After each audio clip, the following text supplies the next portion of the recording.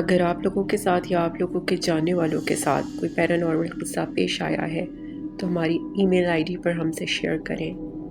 Best story کو select کر کے ہم اسے آپ کے کریڈٹس کے ساتھ نریٹ کریں گے۔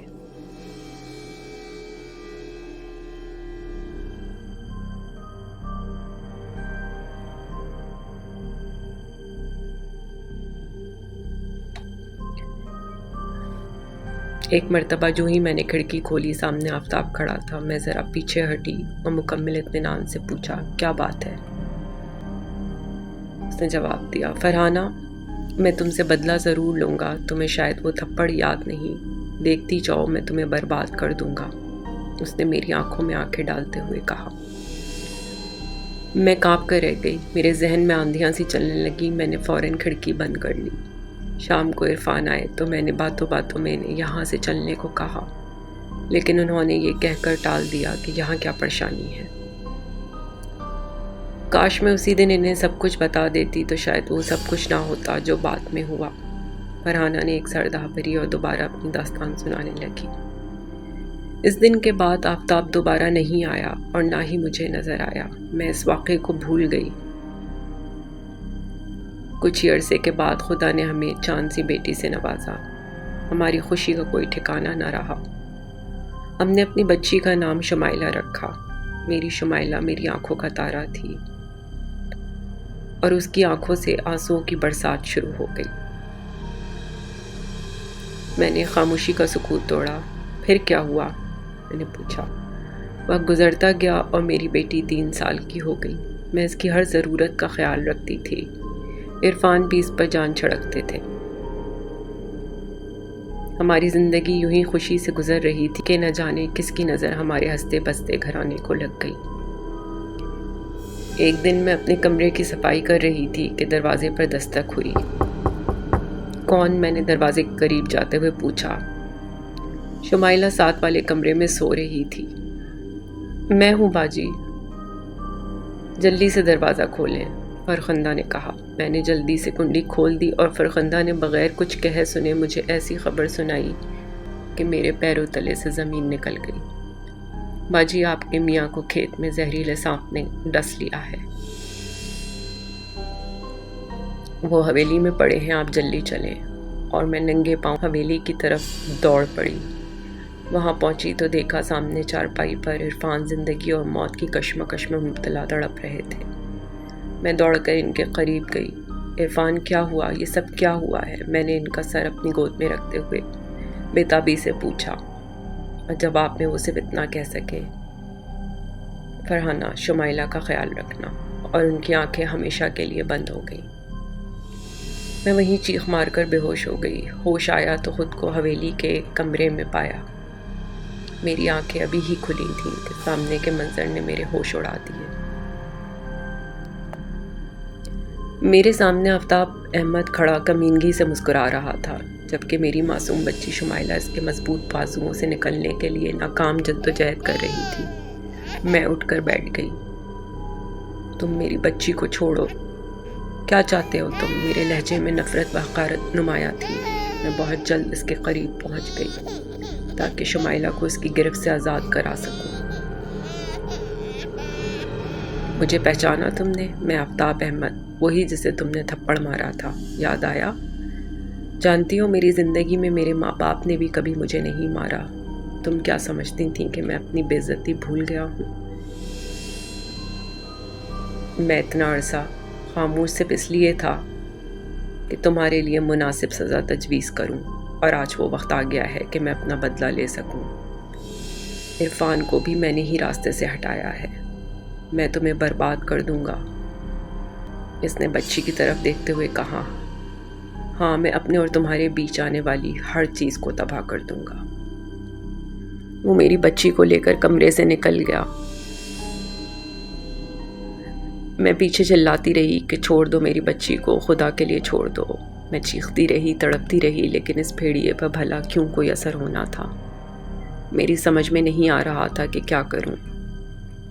میں نے کمرے میں ادھر ادھر نظریں دوڑائیں۔ سائڈ ٹیبل پر ایک لمبی سی سلاخ پڑی نظر آئی۔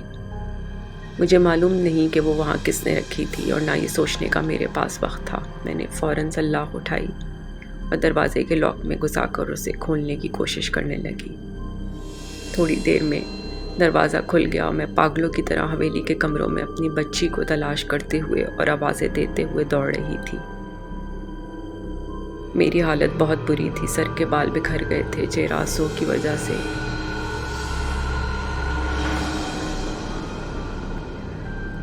دوڑتے دوڑتے میں لاؤنج کی طرف بڑھ گئی۔ وہاں کا منظر دیکھ کر گویا میں سچ مچ پاگل ہو گئی۔ میری پھولوں جیسی بچی جو مجھے جان سے بھی زیادہ عزیز تھی، آتش دان میں جل رہی تھی۔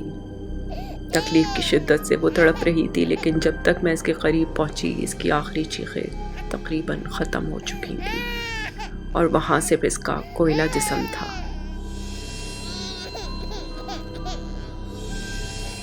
یہ سب کچھ دیکھنے کے بعد میں مکمل طور پر ہوش و حواس کھو بیٹھی۔ میں قہقہے مار کر ہنستی اور پھر خود ہی رو دیتی، اور پھر اچانک غصے سے اٹھ کر میں نے باہر دوڑ لگا دی، کیونکہ مجھے آفتاب کو ڈھونڈنا تھا۔ میں ہوش و حواس سے بیگانی ہو کر سڑک تک دوڑتی چلی آئی۔ مجھے خیال ہی نہ رہا کہ کب میں ریلوے لائن پر پہنچی اور کب ریل مجھے کچلتی ہوئی آگے نکل گئی۔ اتنا کہہ کر وہ خاموش ہو گئی، لیکن یقین جانیے کہ اس کی دردناک کہانی سن کر میری آنکھیں بھیگ گئیں۔ کتنا بڑا صدمہ تھا اسے، اس کی روح کو واقعی چین کیسے آ سکتا تھا؟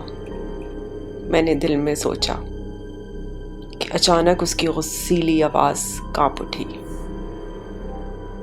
نہیں چھوڑوں گی اب میں، اس کی نسلوں کو بھی نہیں چھوڑوں گی، سب کو اسی آتش دان میں جلاؤں گی جس میں میری شمائلہ جلی تھی۔ پھر 1 منٹ کے وقفے کے بعد میری طرف خونخوار نگاہوں سے دیکھتے ہوئے بولی، سلمیٰ، کل رات 2 بجے میں تمہاری بچی کو، آفتاب کی نسل کو مٹا دوں گی، پھر مجھے سکون نصیب ہوگا۔ ہاں، میں کل ضرور آؤں گی۔ میرا انتقام کل ختم ہو جائے گا، اور تم بھاگنے کی کوشش بھی مت کرنا، کیونکہ تمہارے بھاگنے کے سارے راستے میں بند کر چکی ہوں۔ یہ کہہ کر وہ ہنستے ہوئے باہر نکل گئی، جبکہ میں ناقابل فراموش اور ناقابل برداشت مصیبت میں پھنس چکی تھی۔ یا اللہ، یہ سب کیا ہے؟ آخر اس میں میرا کیا قصور ہے؟ میری حمیرہ کا کیا قصور ہے؟ میں سوچتی رہی اور نہ جانے کب نیند کی باہوں میں چلی گئی۔ صبح مجھے حمیرہ نے جگایا۔ امی اٹھیں، کیا اب تک سو رہی ہیں؟ آج آپ نے نماز بھی نہیں پڑھی؟ اوہ، تو کیا میں اب تک سوئی رہی؟ میں نے گھڑی پر نظر ڈالتے ہوئے کہا۔ تم کالج نہیں گئی؟ امی، آپ کو کیا ہو گیا ہے؟ آج چھٹی ہے بھائی، اس نے مجھے دیکھتے ہوئے جواب دیا، اور میں اٹھ کر فریش ہونے چلی گئی۔ باتھ روم میں مجھے رات کا واقعہ یاد آ گیا۔ اف، کتنی دردناک کہانی تھی فرحانہ کی، میں نے سوچا، اور اچانک سوچ کر لرز گئی۔ کیا اب وہ میری بچی کو بھی مار ڈالے گی؟ میرے خدا، میں کیا کروں؟ دن یوں ہی سوچتے میں گزر گیا۔ حمیرہ کی فرینڈز آج چھٹی منانے کے لیے حویلی آ گئی تھیں، اس لیے دن کو خوب رونق لگی رہی، لیکن میرے دماغ میں تو آندھیاں چلتی رہیں۔ جوں جوں رات قریب آ رہی تھی میرے دل میں ہول اٹھ رہے تھے، یا اللہ، اب کیا ہوگا؟ بس تو ہی میری بچی کی حفاظت کرنا۔ میں حویلی کی چھت کو دیکھتے ہوئے دل ہی دل میں بول اٹھی۔ اور اب رات کے 1:30 پر میں اپنی حمیرہ کے کمرے میں بیٹھی آنے والی بری گھڑی کے ٹل جانے کی دعائیں مانگ رہی ہوں۔ میری نظر حمیرہ پر اور دوسری گھڑی کی سوئیوں پر پڑی۔ میں الفاظ میں بیان نہیں کر سکتی کہ میری کیا کیفیت ہے۔ میں اکیلی کر بھی کیا سکتی ہوں سوائے دعاؤں کے؟ پھر اچانک ایک خیال کے ذہن میں آتے ہی میں قدرے مطمئن ہو گئی۔ میں حمیرہ سے اب مزید 1 لمحہ بھی دور نہیں رہنا چاہتی تھی، اس لیے اس کے سو جانے کے فوراً بعد میں اس کے کمرے میں چلی آئی۔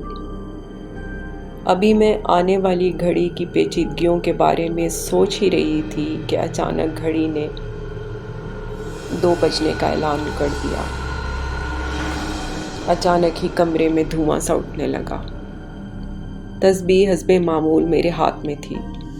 چند سیکنڈ کے بعد وہی دھواں چھٹا اور وہاں ایک عورت کالی چادر میں ملبوس دکھائی دی۔ وہ آج خوبصورت دکھ رہی تھی۔ آج خلاف معمول اس کا چہرہ بے نقاب تھا۔ اس کا معصوم و نکھرا ہوا چہرہ بہت ہی پرکشش تھا۔ آج اس دنیا میں میری آخری رات ہے۔ میرا وقت ختم ہوا اور تیری بیٹی کا بھی، اس نے حمیرہ کو دیکھتے ہوئے کہا، اور اس کی آواز میں ایک گرج تھی جس سے میں گھبرا گئی۔ حیرت انگیز طور پر حمیرہ بے خبر پڑی سو رہی تھی، جیسے اس نے کوئی آواز ہی نہ سنی ہو۔ پھر فرحانہ حمیرہ کی طرف بڑھنے لگی۔ نہیں، خدا کے لیے نہیں فرحانہ، میری بچی کو چھوڑ دو خدا کے لیے۔ میں نے تمہارا کیا بگاڑا ہے آخر؟ مجھے کیوں بے اولاد کرنا چاہتی ہو؟ میں اٹھتے ہوئے چلائی۔ وہ رک گئی اور میری طرف دیکھتے ہوئے بولی، یہ تمہاری بیٹی نہیں، آفتاب کی نسل ہے۔ اسے ختم کر کے ہی مجھے سکون ملے گا۔ تم میرے راستے میں مت آؤ ورنہ تمہارا انجام بھی اچھا نہیں ہوگا۔ اس کی آنکھوں میں انتقام کے شعلے بھڑک رہے تھے۔ اس کے لہجے میں درندگی اور سختی تھی۔ وہ دوبارہ حمیرہ کی طرف بڑھنے لگی۔ میری کوشش بیکار ہو گئی تھی، لیکن اب یوں خاموش بھی تو نہیں رہ سکتی تھی، لہٰذا آخری مرتبہ کوشش کرنے کا ارادہ کیا اور اس کے سامنے 2 زانو ہو کر بیٹھ گئی۔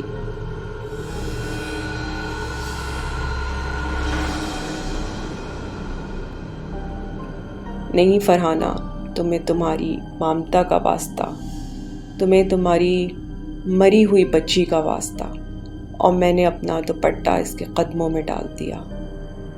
وہ جیسے ساکت ہو گئی اور حیرت کے ملے جلے آثار چہرے پر سجائے مجھے گھورنے لگی۔ خدا کے لیے فرحانہ، میری حمیرہ کو میرے دامن میں ڈال دو۔